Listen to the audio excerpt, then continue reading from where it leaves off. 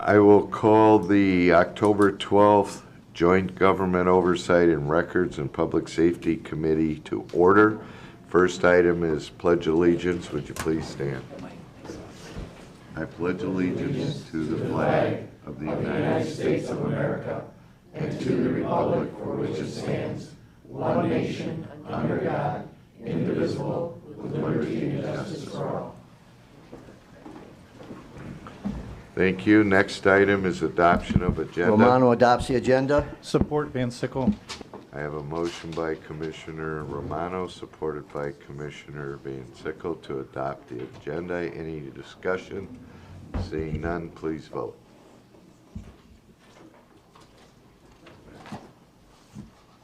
Mine's moving. What the heck? Motion passes 11-0. Thank you. Next item is public participation. This is our first of two public participations for those who wish to speak for a maximum of 3 minutes on any item which is on today's agenda. Second opportunity will be at the end of the meeting. Anyone from the public wish to be heard? Don, we just heard you yesterday. Thank you, Mr. Chair. I also have further good news from the Ethics Board.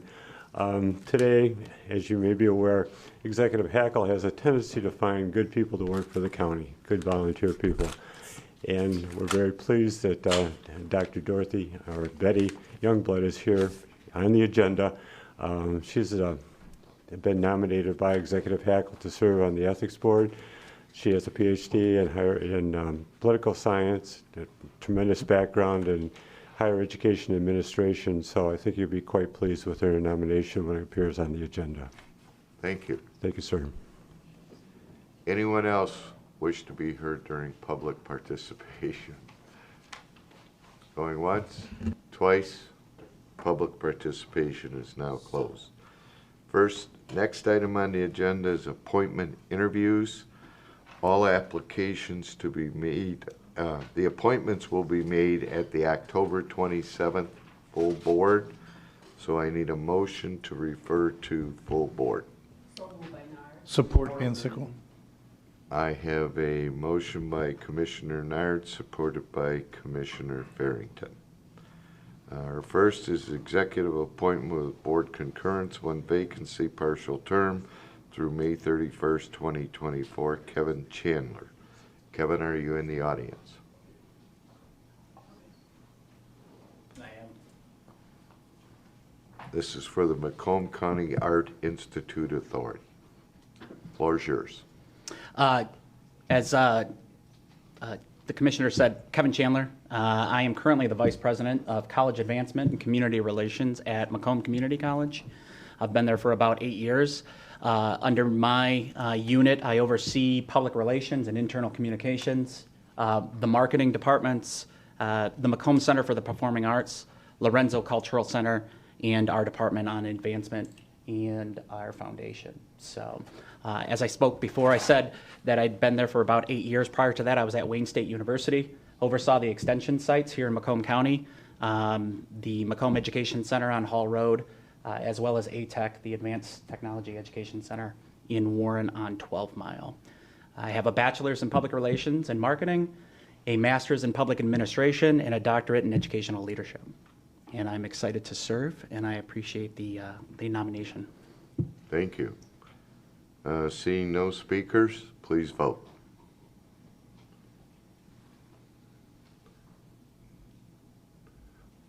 You're all set? Thank you. Thank you all. Motion Next. passes 11-0. Thank you, Crystal. Next item is Civil Service Commission Executive Appointment with Board Concurrence, one vacancy, partial term through December 31st, 2023. John Thomas Glass. Is John here? Nice to see you again, John. Nice to see you, sir. Floor is your, I need a motion to refer to full board. I have a motion by Commissioner Nard, supported by Commissioner Zinner. Floor is yours now. Thank you, sir. My name is John Glass. Currently working part-time for Clinton Township in the ordinance. I need a little more something due to fill some time. I retired 5 years ago from the Macomb County Sheriff's Office with the rank of lieutenant, held several supervisory positions, and know Mr. Stanley and Mr. Daniels very well. Fair enough. Seeing no speakers, please vote. These will all be on the full board agenda October 27th. You're all set, Jen. Thank you. Thank you very much. Motion passes 11 to 0. Thank you. Next item is Ethics Board Executive Appointment with Board Concurrence. One vacancy, 5-year term to expire on 1/31/2027. Dr. Betty J. Youngblood. Motion to refer to full board. I have a motion by Commissioner Romano, seconded by Commissioner Wallace. Dr. Youngblood. Good afternoon. Pleasure to be here. I grew up on a farm in Ray Township in Macomb County, and then my career in higher education kind of unfolded all over the country. I served about 10 years teaching political science, and then for the rest of my career in administration. My most recent administrative job was serving as interim president at Oakland University, and I served as president at 3 other universities prior to that. I have a bachelor's degree from Oakland University. I was the 3rd student in the 3rd class there. So my degree was in South Asian Area Studies. Then I have a master's degree in South Asian Area Studies from the University of Minnesota and a PhD in political science from the University of Minnesota. Strong interest in organizational development, political theory, South Asian Area Studies, ethics, all kinds of things related to political science. Look forward to serving on the Ethics Board and be pleased to answer any questions you might have. Don wasn't kidding about your credentials, was he? Seeing no speakers, thank you very much. Thank you. Please vote.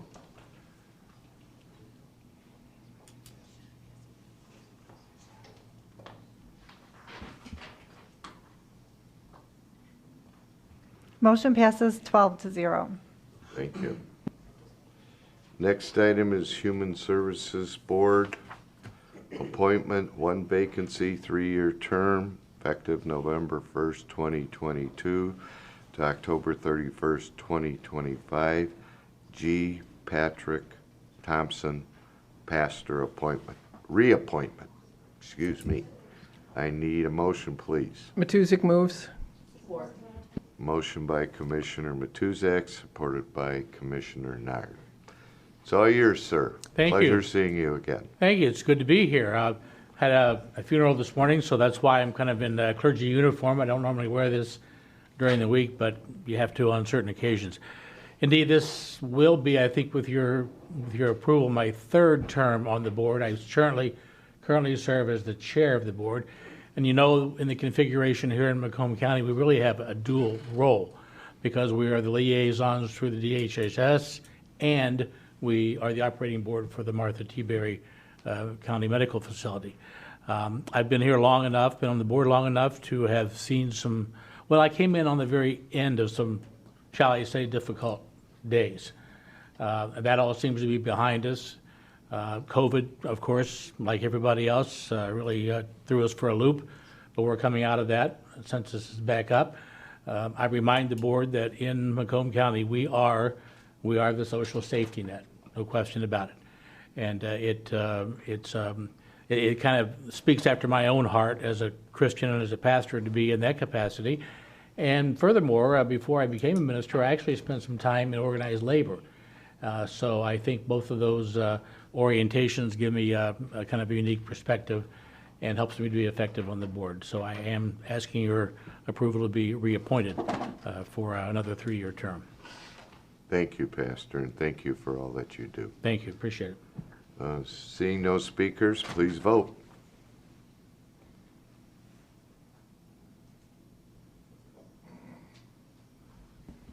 Motion passes 12 to 0. All set? See you in Roseville, huh? See you in Roseville. Okay. Next item is Veteran Affairs Commission Board appointment, 2 vacancies, partial terms November 1st, 2022 through July 31st, 2023. Motion to refer to full board. Support Farrington. I have a motion by Commissioner Wallace, supported by Commissioner Farrington. Our first nominee is Wayne Fetty. Wayne?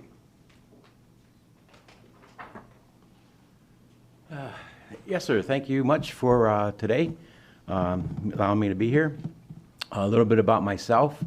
I was born in Macomb County, Armada, moved to New Haven, and joined the Air National Guard when I was 17. Served 40 years, 9 months. Retired as a Chief Master Sergeant, E9. About 1979, I started out there full-time, so I was civil service in the Air National Guard, if you're familiar with that whole thing. So it was basically being in the military for 40 years. My leadership style always was and always will be service. I believe in serving the folks that worked for me and now serving veterans. My brothers and sisters in arms, I do whatever I can to take care of them. I was the founder of the Enlisted Heritage House out at the base, and I'm serving now. I was the president, but now I'm serving as a fundraising chair and curator. Also recently, I was the director of the Air Museum on the base, took over for Colonel Nigro, if you remember him, and most of you probably do. And then made some changes and turned it over to a director that had more credentials than I did to run that thing. It's pretty elaborate.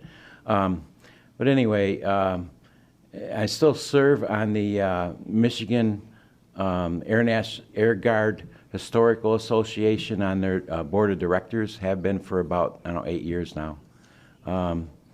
In my prime, I was on a local school board for 10 years and served as the president for 6 of those 10 years. I've held many positions on boards, and I've always been there, and I plan to always be there for the veterans, especially. They're near and dear to my heart.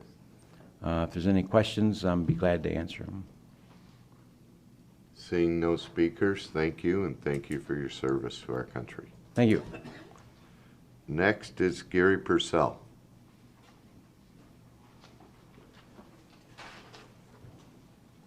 Good afternoon. My name's Gary Purcell. I want to thank you for the opportunity to submit my application for the Veterans Commission. I've been active in Veterans Affairs for a long time, since about 1969 when I left Vietnam. I was involved with the VFW in East Point now, but it was East Detroit then, for many, many years. And I'm a life member of Chapter 154. I am the president this year. I've been the president for the last 2 years. I've served on the board of directors, served on many committees within our chapter. There is nobody out there that does more for veterans than Chapter 154. Nobody. We are at the forefront of a lot of things, but we are there. We have been there since day one. And in '86, when this chapter started by Mr. Daniels, we were at the forefront of the fights for Agent Orange and all other veterans included in that category. We're here for all veterans. Our vet center was open 5 days a week with all volunteers. We run a veterans food pantry for veterans in Macomb County. We have service officers on staff 5 days a week. We also have AA meetings in the afternoon and evening. We have Point Man Ministries. We have many, many functions that we run in our chapter daily by all volunteers. Our organization is proud to be part of this county. It has been since it started with Mr. Daniels, and it's just leaped forward, leaps and bounds. We work very hard with the Veterans Services in Macomb County. I am also in the coalition of Macomb County. I would be proud to serve on the Veterans Commission, lending my knowledge and know-how to the commission itself and being a good listener and moving veterans issues forward in Macomb County. The fight is always a fight with our government to make sure that we get the needs met of our veterans. No matter what era they served in, we need to stay vigilant to make sure that those needs are met.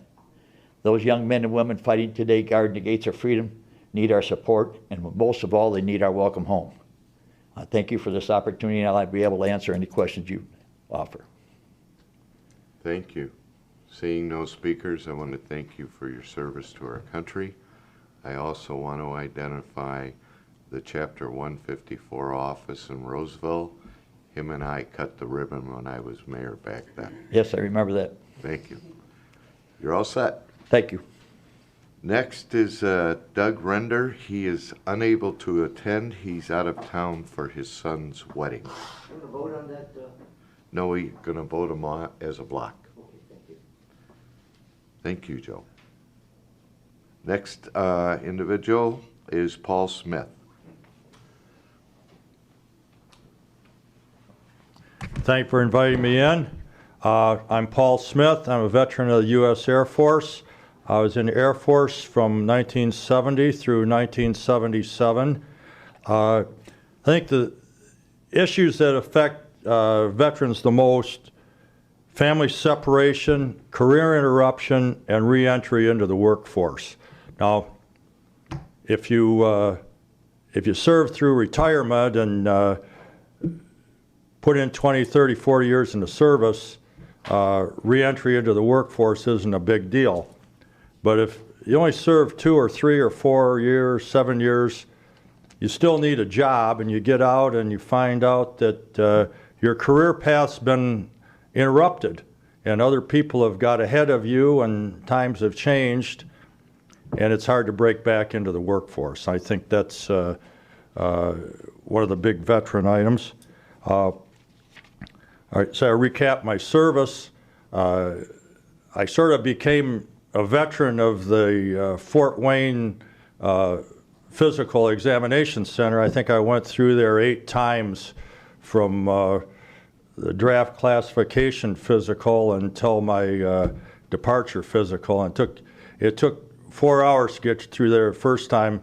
I knew it so well I did it in 32 minutes the last time. But we went down to San Antonio, went through basic training, officer training, flight training in Texas, and then after several survival schools, made it over to Vietnam in June of '72. We were in the midst of Vietnamization. Went to Ben Hoa, Da Nang, and eventually Thailand. I was over there through the biggest battle of the war, Linebacker 2. The war ended while I was there. Went back into Saigon, evacuated 2 airplanes from Saigon, and recovered to Disney World. Became a member of SAC at McCoy Air Force Base, Florida. Well, we fought the mouse, and the mouse won. Disney World moved in and closed our base. We got relocated to Kansas. Served in SAC and KC-135s, which maybe some of our planes are still out at Selfridge now. But SAC was portrayed as a lot of boredom, that you just went on alert. You went on alert for a week, waited for the war to begin, and nothing ever happened. That it was going to be boredom. Well, my first day on alert, 8 hours on alert, we had a real war. That we had Yom Kippur War. The UAR invaded Israel, and we won. From then on, it was interesting times. We had the Maya Guez incident, the Operation Paul Bunyan, evacuation of Saigon. Went through that. I eventually, in only 6 years, made it up to be squadron operations or squadron admin officer, and from there on to wing staff. Jimmy Carter got to be president. President Nixon wanted me in. President Carter wanted me out. I gave them what they wanted. We wanted to enlarge the military, and Carter wanted to get rid of it. And I came home. I went back to work for GM, got my job back, but the people that didn't serve were ahead of me, and I think I took a hit on my service by not being around when factories were being built, jobs were being filled, and I think that's a feeling that I have, that other people could really use help in that, reentry into the workforce and making up for your losses. The other thing I see is that this committee administrates and passes judgment on a $300 burial benefit from the federal government. That number must have come from about 1945 or so when the VA was originated. That was the same time that Social Security had a $300 annual contribution limit. So I guess burial costs the same amount as what you put into Social Security. Well, now you put 30 grand into Social Security if Point you're of working order, Chair. Okay, I talked too long? Yeah. All right, sorry. Could the candidate focus on his credentials? All right, well, I was giving him a little leeway. okay. Thank you. What I'm working up to is that we really need to enhance this burial benefit. And if I get on the committee, I'm going to really work with the county to try to perhaps use some of our veterans millage to enhance that to a more reasonable figure. And that's all I have to say. Thank you. Thank you. Thank you for your service to our country. I see no speakers. Next, Rodney Tolbert. He had indicated he may be late, so we may have to go back to that. So I have a motion and support to refer these names to full board. Please vote. Chair, Yes. if this other man is coming, are we voting later when he comes? Are you waiting for him or not? No, we're not going to wait. We will reintroduce the agenda item if he makes it. Thank you. Mr. Romano will allow him to do that. Maybe. Next item is a proclamation commending the Honorable Pat Daniels for his service on the Veteran Affairs Commission. This is to refer it to full board for the 27th. Motion's in order. I'll make a motion to recommend full board. Support Wallace? I have a motion by Commissioner Farrington, supported by Commissioner Wallace. Let me see if I see any speakers. I see no speakers on this, so please vote.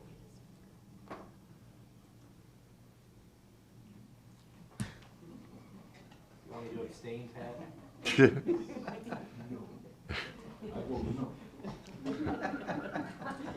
Motion passes 12-0.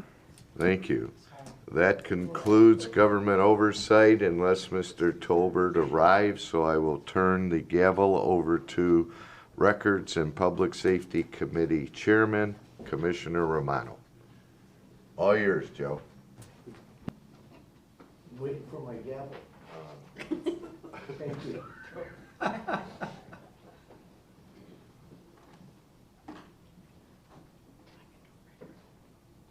you, sir. I'd like to call to order this Records and Public Safety Committee. First item on the agenda is the approval of the minutes, which are dated September the 12th, 2022. I need a motion to approve, please. Move to approve Van Sickle. Support. There's been a motion by Commissioner Van Sickle, supported by Commissioner Nard. Please vote.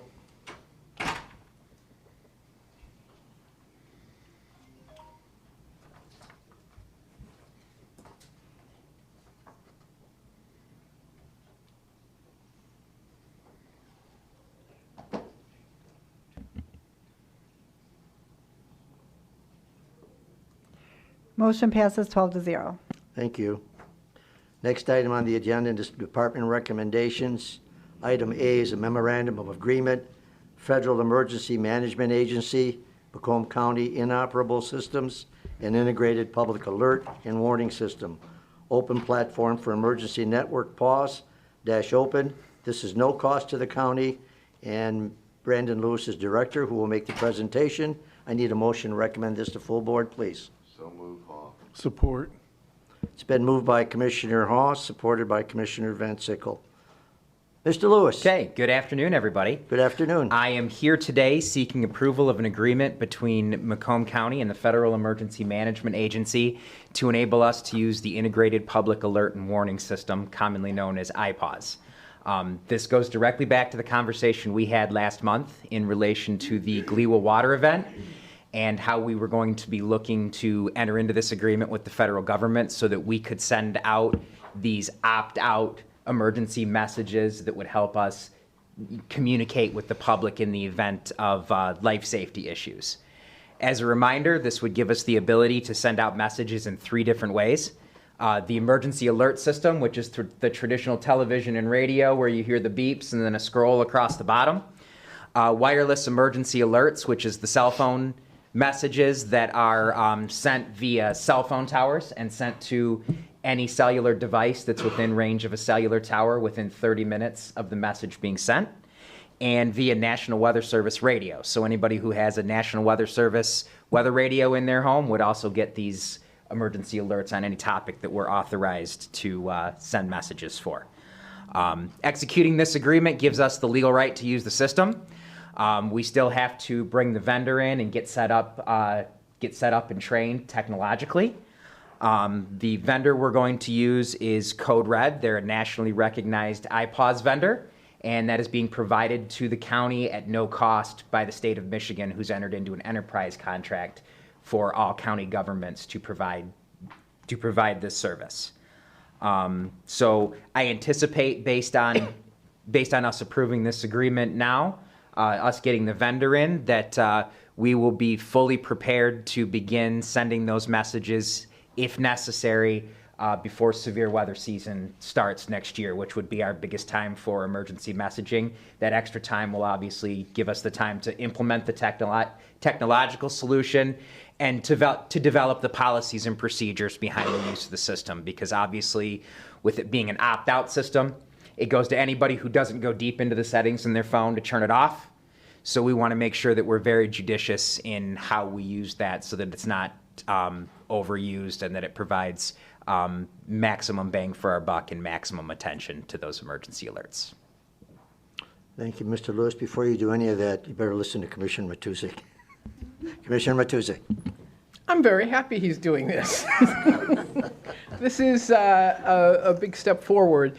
Since we've had the discussion we had about a month ago, I've been bringing it up. I know Commissioner Kraft and some others have been bringing it up, and out in the community and with the Older Adult Advisory Committee, which had a great brainstorming session and came up with some really good ideas. So what we are doing is putting together sort of this brainstorming list of ideas of ways to get to particularly seniors or vulnerable people who may not be carrying around a smartphone. It's great we get to the people with smartphones, but there are some other folks that need to be notified in cases of emergency.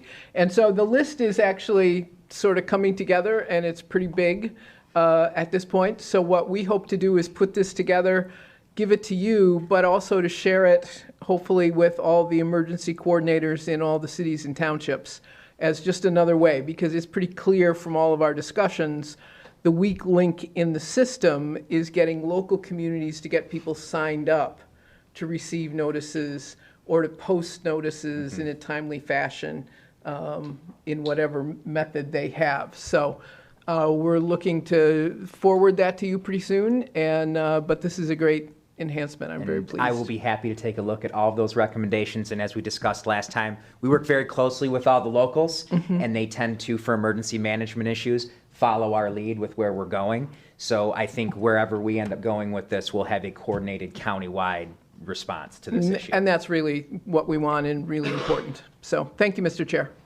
Thank you, Commissioner. Commissioner Van Sickle. Thank you, Chair. Good afternoon.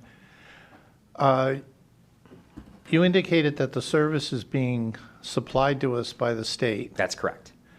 And then you also said something about a good bang for the buck. I'm not picking on your words, but it just made me think, while the state's supplying the system, is there a charge every time we use it? There is not. So there's absolutely no cost to using the system at all? No, the use of IPAWS is free. covered by the state. They've agreed that they're going to cover it. I mean, they never said the words in perpetuity, but that was the intent, that they do plan on covering it for the long term. Where we could potentially incur costs down the road is if, and I talked last time about the difference between opt-out messages and opt-in messages. Where we could potentially incur costs down the road is if we pursued an opt-in messaging system, because that is not covered by the state's enterprise licensing. So we're getting on board with iPause first, making sure we have that up. We are going to explore options for that and work with our local communities and see, and then we will present those back, what we find, because obviously if we decide to pursue one, we're going to need to seek funding in order to do that. Is the opt-in and opt-out part of the system as supplied? So the system as supplied now will only have the opt-out portion, the iPause part. That would be, if we ever went further with it, that would be a module that they would then provide to us, install on our systems, and give us access to. So we don't get that up front. Thank you. Thank you, Chair. Thank you, Commissioner. I have Commissioner Kraft. Thank you, Mr. Chair. Thank you for doing this. Who holds the phone numbers? Is that iPause? Do they have the database? They don't have, iPause doesn't actually use the phone numbers. What it does is it sends a signal out to every tower in a geographically defined area. So basically when I sent our application, I gave them Macomb County's FIPS code. They determine every cellular tower within that FIPS code. It sends the message to the cellular tower, and then the message comes down from the tower to the cellular device. It would also, I believe, if I'm not mistaken, hit iPads and other tablets that are connected if they're connected via LTE. So it's not done with your phone number at all. It's done completely by LTE. If in the future there were an opt-in option, those are done by telephone, and those telephone numbers in those types of systems are typically held by the system vendor in the cloud. You answered Part B and Part C. Thanks. Thank you, Mr. Chair. You're welcome, Commissioner. Commissioner Sabatini. Thank you, Chair. Hey, Brandon. One of the questions I asked at committee when we were talking about the GLWA and the notices is, what did we learn from that? So I'm glad this is on our agenda and we're hopefully moving forward with this. But can you talk a little bit more about the add-on feature that you were briefly talking about, and what does that entail? And was that something that our county would be advantageous to pursue? So I think we're going to have those discussions after we get the iPause online. But the difference between the two is you use iPause for basically life safety issues. You don't do it when it's property safety. You don't do it when roads are closed. You don't do it when you want to have a detour, because people can't opt out of those messages. They have to receive them, and you don't want to overload them with information. On the opt-out side, what you get is people actually sign up for those. So they've indicated that they have a higher threshold for information that they want to receive. They've given us their contact information. So what we would then do is come up with policies and protocols for, what types of events beyond what we would do on iPause would we then communicate out via that system. It would be a lower emergency threshold, and then we would push those out to interested parties that sign up. So basically what it is it's an expanded emergency. It would be an expanded emergency messaging system. It would cover more types of, I don't want to say disasters, I'm going to say emergencies, because they wouldn't necessarily be those highly critical life safety issues. They go more types of events, but fewer people, because those people have to actually take the act of signing up to get the messages. So that's what it is. It's kind of like a next tier that goes out to a wider base of incidents, but then would go to fewer people. So is that something that would be then implemented through Comtac? If we decided to pursue that option at some point in the future, yes, we would implement that through Comtac. And it would be a partnership between us and dispatch. And then those dispatch services would be enhanced for all the contracts that we would have across the county that we're doing dispatch for. Correct, and we would probably also very likely have that discussion with all of the communities we serve, because we're really talking about two different issues. We're talking about the communities that Comtech serve for our dispatch footprint, but we're also talking about the communities that we provide the legal emergency management services for, which is everybody in the county except for Warren and Clinton Township. And even there, we provide a significant amount of assistance to those communities. So it would probably be two separate discussions on how we use it. We haven't worked out the particular details of it yet, but I think those discussions could eventually yield something that's advantageous countywide. Great. Thank you for the info. Thank you, Chair. Thank you, Commissioner. I see no other speakers. Thank you, Mr. Lewis. I have a motion to move to full board. Please vote.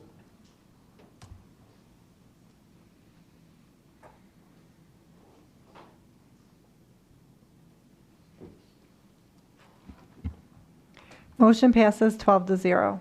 Thank you. Item B is intergovernmental contract with St. Clair County regarding the juvenile detention services. This is no cost to the county. Rhonda Westfall's here, Director. I need a motion to recommend this to full board, please. It's moved by Sabatini, supported by Commissioner Nard. Ms. Westfall? Okay, good afternoon. It's always a pleasure to see all of you. I don't get over here very often. That's a good thing or a bad thing, but it's a pleasure to see you when I do. I'm here today recommending the renewal of a detention bed contract with St. Clair County. We've had a contract in place with them renewed at different intervals since 2013. So we're asking for the renewal of an annual contract with them today. The one difference in this contract is there is a $2 a day increase, so there is an increase in the revenues that we would incur as a result of that. And it would go from January 1st of this year until December 31st of this upcoming year as well. Just asking for approval to renew that contract with St. Clair County.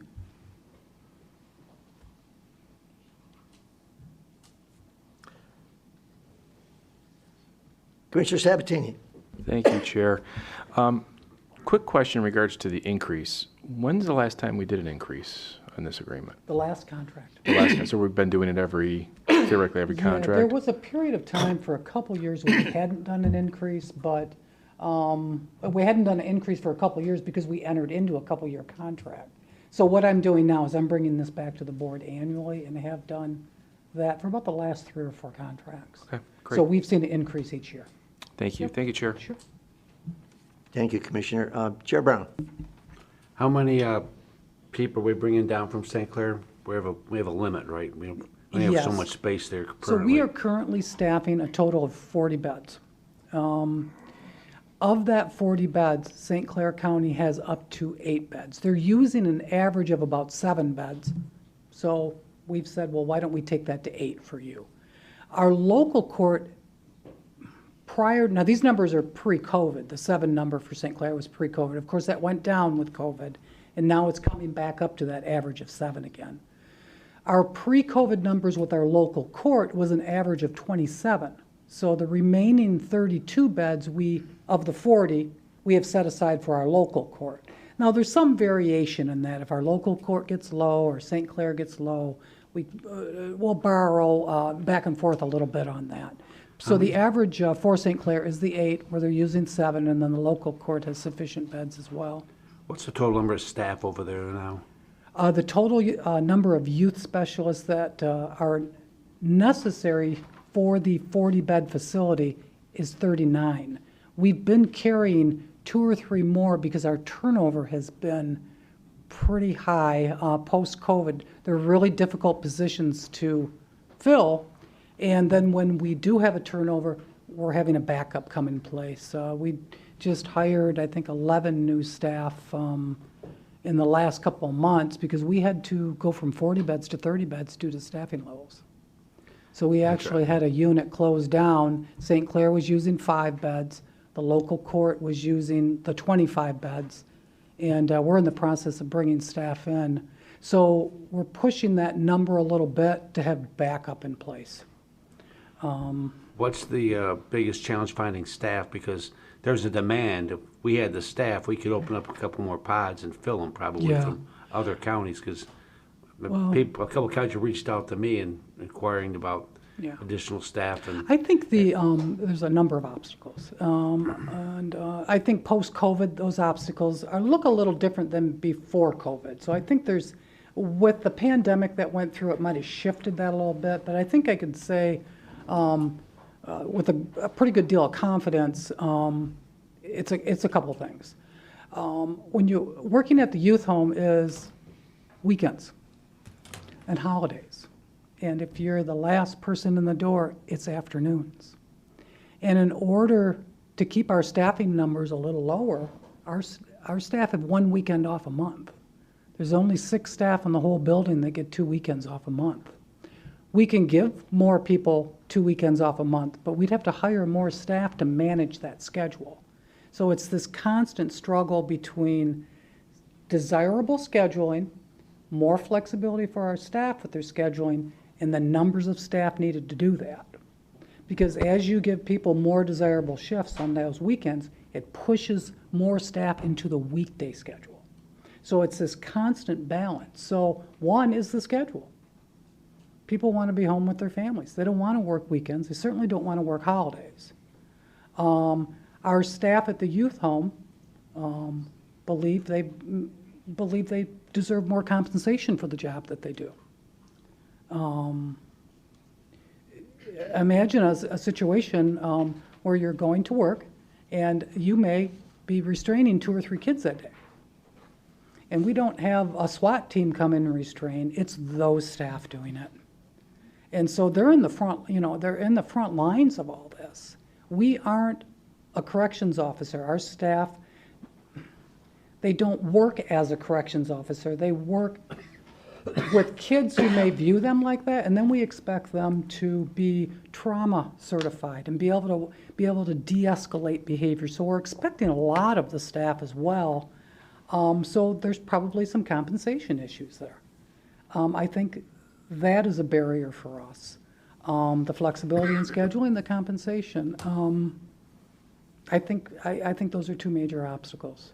What's being done now to recruit? I mean, they What- have these challenges, and obviously the counties.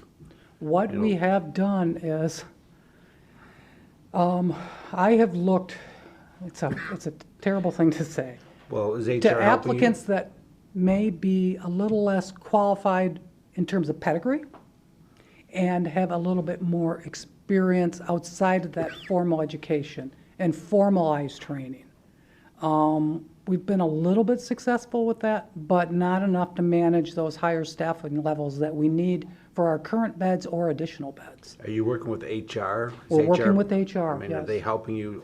Because, Oh, yes, they're again, very helpful. We got a big facility over there, and we're underutilized it largely because we can't staff it, right? That's the whole point, right? We've had since April, I think, 7 postings. So we are, we just finished up interviews yesterday. Yesterday, we scheduled 5 people for an interview. There was only 8 applicants in this particular posting.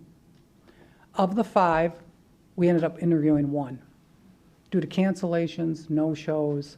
So the candidate that we did interview was excellent. I told HR yesterday, before the close of the day, let's offer him a job. He's an excellent candidate, has some experience from St. Clair County when they had their facility, has some experience from their day treatment program. He had left this career path and was a welder for a number of years. So we're kind of creatively looking at some of the applicants that we have. He's fully capable of coming in and doing a fine job. Again, we're being very candid with our applicants. It's funny, when we interviewed this gentleman yesterday, he was a supervisor in St. Clair. And he said one of the obstacles that he always went through years ago at St. Clair was you can tell the applicants until you're blue in the face. Your schedule is the afternoons. And then on their first day, you say, here's your schedule. And they say, I have to work the afternoon shift? So he was talking about that in the interview. And I think what people want to come in and do and what they say they'll do is very different than what they do when they get there. And then we have the turnover. Now we have a retention issue with that. So it's a lot of things. I don't know that there is a perfect recipe, but there are some areas that I think we can improve in. We're doing some internal things. We just put in place an employee mentoring program, so every person is paired with a mentor. We also are doing some internal surveys about employee satisfaction and how can we be more flexible.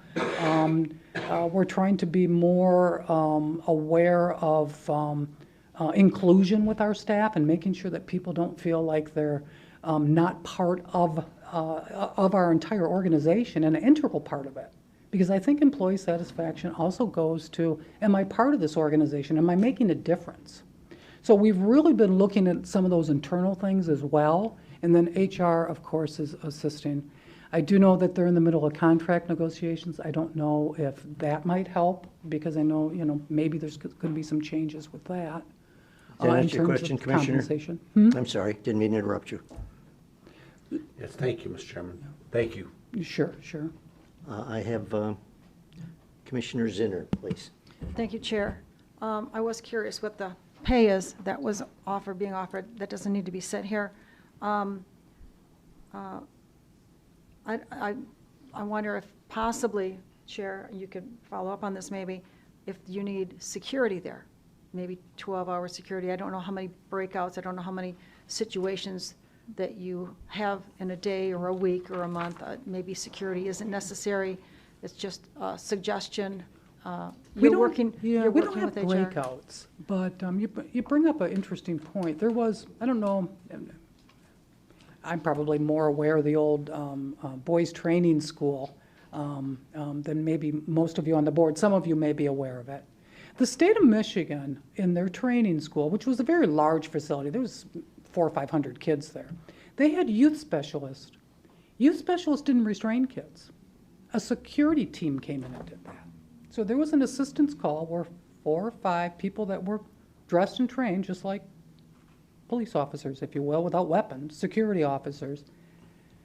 The state said, these people over here are to deal with kids' emotional problems and work more in a social work capacity, where these folks over here will get called in to do that heavy lifting, similar to a jail setting where you have a SWAT team, as opposed to maybe just the corrections officers dealing with those kinds of situations. It's certainly an approach.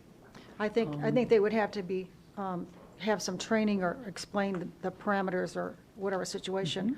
Also, working in nursing in every shift and longer shifts and all.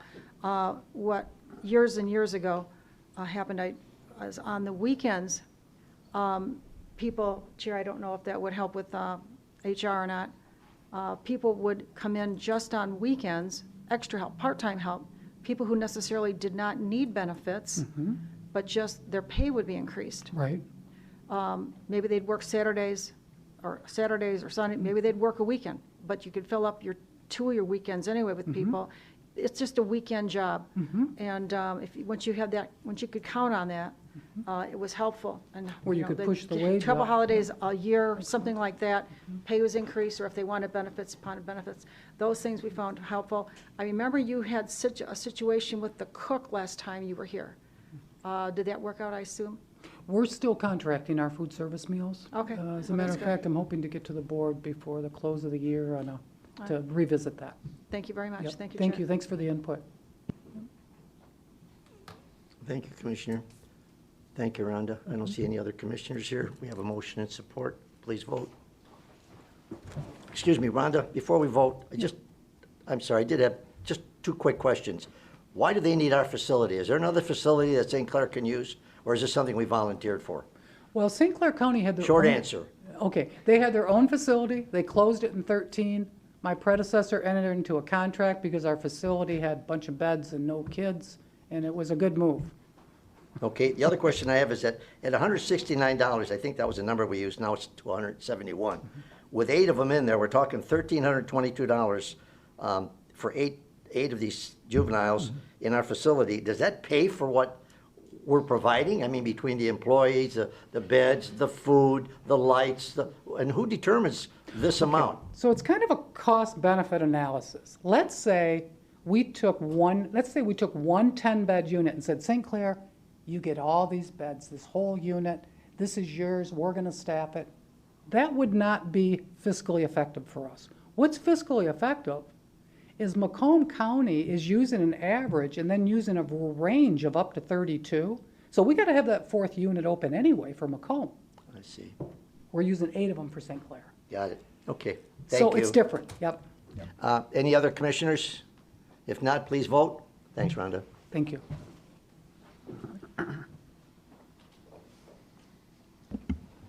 Motion passes 12-0. Thank you.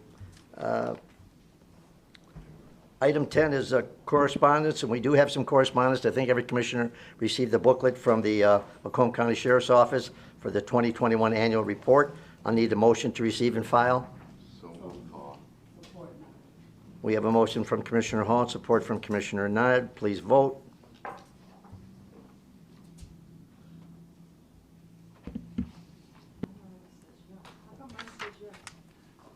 They already voted for you.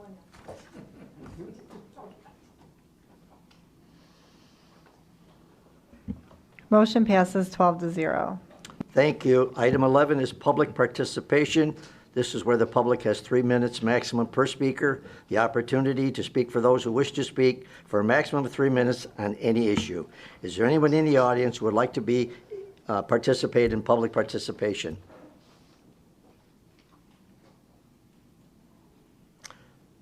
Seeing and hearing none, I'm going to close that portion of it. I'm going to go to item number 12, which is Commissioners' comments. Commissioners, do we have anybody who wish to speak? Chair Brown.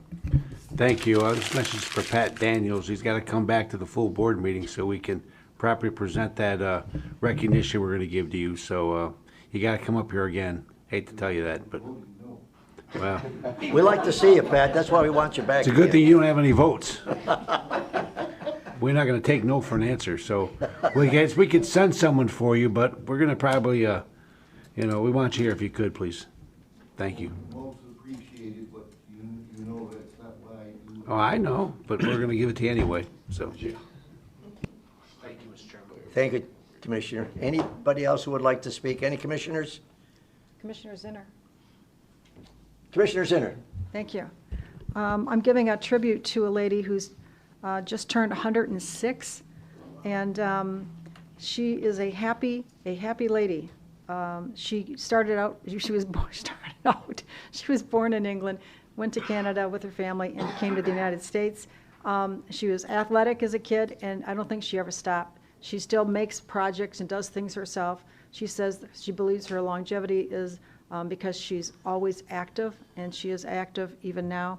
She has children, grandchildren, and great-grandchildren, and she worked until she was 85 years old because she just thought that was a good thing to do.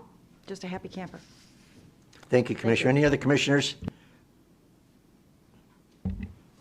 Seeing none? Motion to adjourn. Oop, I'm looking.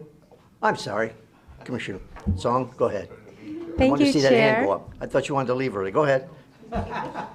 I did, but you got me started now, so that's fine. I just wanted to thank our Veterans Affairs Commission members, Michael and Pat. Last night, we attended the VFW Town Hall with Laura from the Veterans Department. It was a wonderful event. And you guys are so knowledgeable and so helpful to our veterans here in Macomb County. They talked a little bit about the PACT Act and how it affects veterans and their loved ones. And so I just wanted to thank you guys for the wonderful work that you guys did, and that I really enjoyed being there yesterday. I learned a lot. It's important that we help our veterans get the benefits that they deserve, and so there's still a lot more work to be done. Just wanted to share that. Thank you, Chair. You're welcome, Commissioner. Any other commissioners wish to speak? Seeing none, I'm going to go to item number 13, which is adjournment. Commissioner Hall, need a support? Support. Support by Nard. Please vote.